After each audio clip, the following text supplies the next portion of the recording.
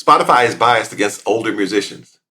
Well, not exactly, but it sure feels like it because it's a system that seems hardwired to promote what's already popular. This creates a feedback loop that leaves incredible music unheard. It's a system where around 100,000 new songs are uploaded daily, making it harder than ever to stand out without a massive marketing budget. And for senior musicians, who built their careers on vinyl CDs and live shows, and we use cassettes, right? And not on TikTok. It feels like the game is rigged before it even starts. And in this video, I'm not just going to expose the system, hidden disadvantages for veteran artists. I'm going to give you the playbook so you can fight back and win that algorithm and get heard. This is Henry Clark of Senior Musician Success. And I have over 65,000 monthly listeners on Spotify, and we average around, 200,000 streams a month. Not earth shattering, but respectable, especially when I don't tour, and especially when only 19% of Spotify users actually have over 1,000 monthly listeners. So, as a senior musician, I provide tips, tricks, and information to help us seniors succeed in the music industry of today. So, how is this bias happening, right? Well, first there's algorithmic bias.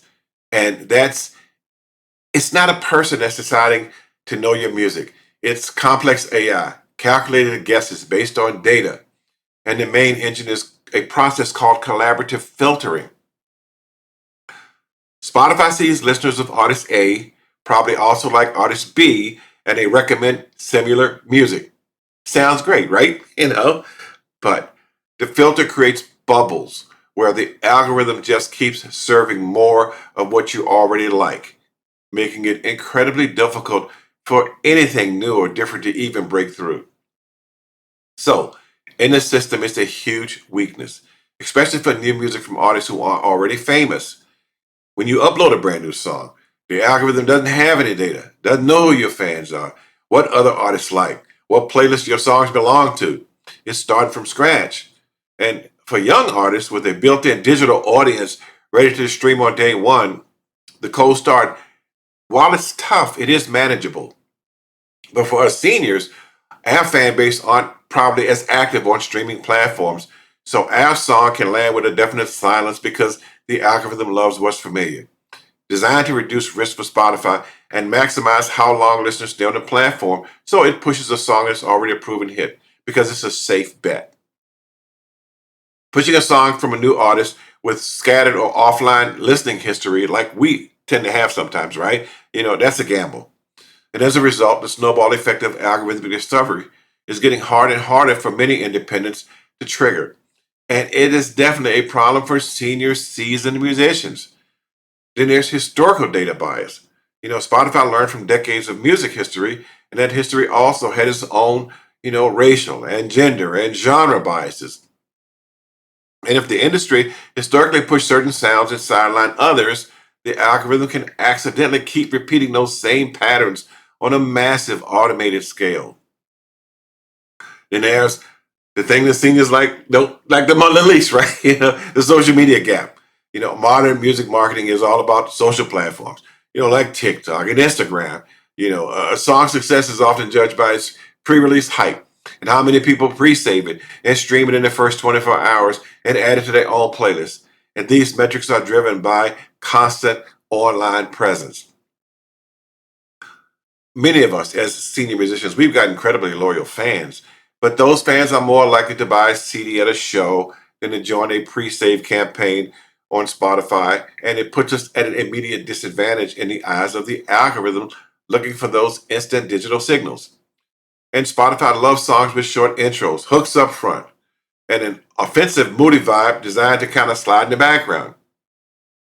That ain't us. We love long intros. And the fact that Spotify only counts a stream after 30 seconds, it's pretty much killed the intros that we love. We like to create, complex and patient or challenging music, and it doesn't fit the mold.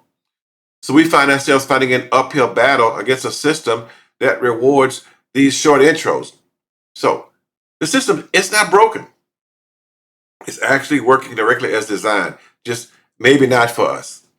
So what are we going to do about it? Can't just keep bitching, right? We got to do something about it. Well, we can't beat the algorithm by ignoring it. So we got to learn its language, and we got to teach it who our audience is so it can find more of them for us. And here's a 5-step playbook. First, you got to get your basics perfect. And this starts with a digital dashboard, like digital CD Kit, TuneCore, CD Baby, right? But most importantly, you got to claim your Spotify artist profile because that's your command center. And not doing this like opening the shop but keeping the front door locked inside. Got to optimize everything. You got to write a compelling bio that tells your story. You got to use professional, high quality photos. You got to link all your social media, what social media you may use, right? But crucially, your concert dates if you're a gigging artist. You got to use the artist pick feature to pin your newest single right at the top of your profile because this is your digital storefront. So you got to make it look like you're serious. Second, you got to feed that algorithm the right information. The first impression of the algorithm is a song from you. It's the data you give it. When you submit a track, you got to pitch it for playlist consideration. And this needs to be done at least a week and ideally several weeks before release day.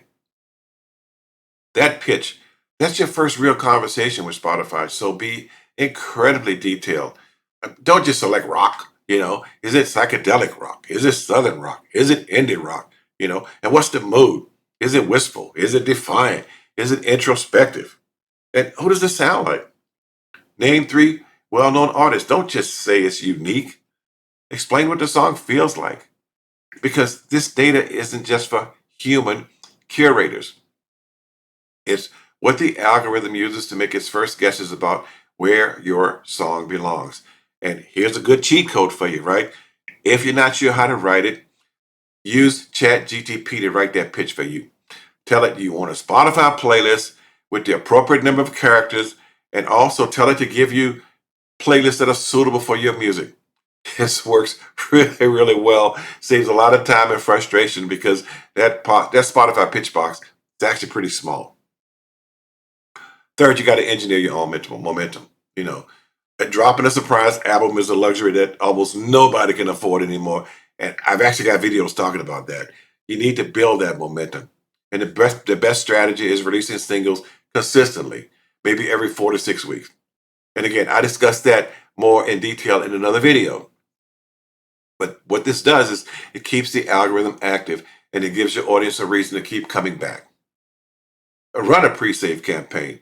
A pre-save link lets your fans save your song today or your library before it's even out on release day. This can trigger a wave of immediate streams and sends 2 of the most powerful signals you can send to the algorithm. But of course, that's under the supposition that you have fans. But it screams that people are waiting for this, and it instantly helps overcome that cold start problem. Add a canvas, a short looping video to every track. Every track. Sounds like a tiny detail, but it's a detail that makes your profile look more professional, and it can seriously boost your engagement. I know, I do this with every release, and it makes a difference. Fourth, you got to become your own curator. Getting on huge Spotify curated playlists like New Music Friday, that's like winning the lottery. But still, you should pitch for it. Don't count on it, but pitch for it. And if you're not a big artist, the chances, of getting on it, it's pretty small, like But really, your secret weapon is your own playlist. You know, Create a few playlists on your artist profile, but make one of those playlists a complete selection of your entire discography, or at least the songs you think that hit the hardest, maybe 10 or 15 of those songs, right? I found this particularly useful. It's worked wonders for me.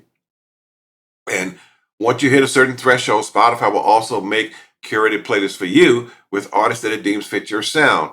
And these playlists can also get a lot of love, especially if it has famous artists included in it. These playlists, what they do is they give Spotify the context that it needs.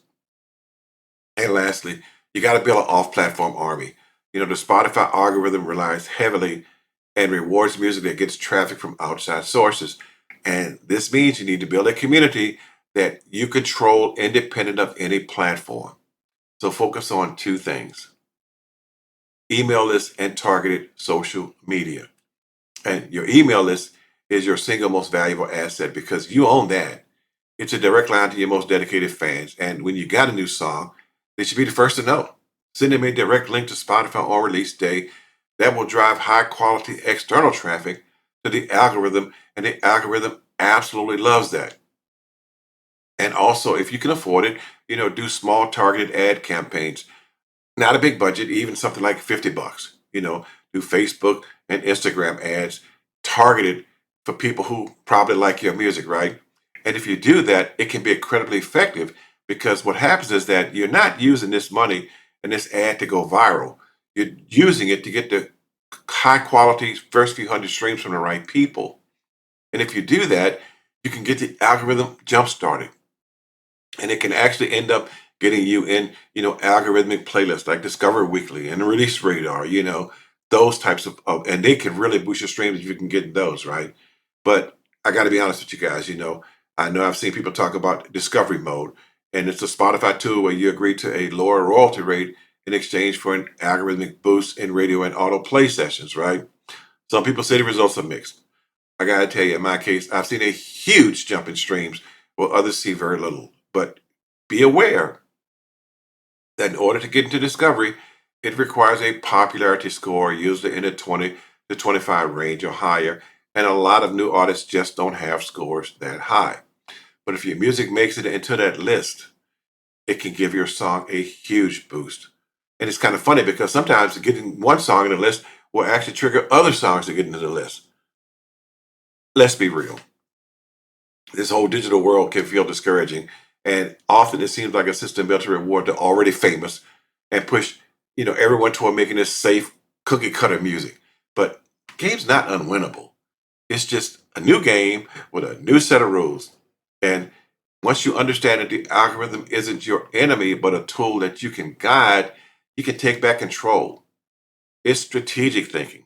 Perfect that artist profile, feed that algorithm precise data, build momentum with consistent releases, and curate your own sonic world, driving your audience from other platforms. Hey, check out this video where I described how I beat the algorithm and catapulted to over 750,000 streams in one of my singles with a consistent draw, resulting in a lot of my songs now getting at least 100,000 streams.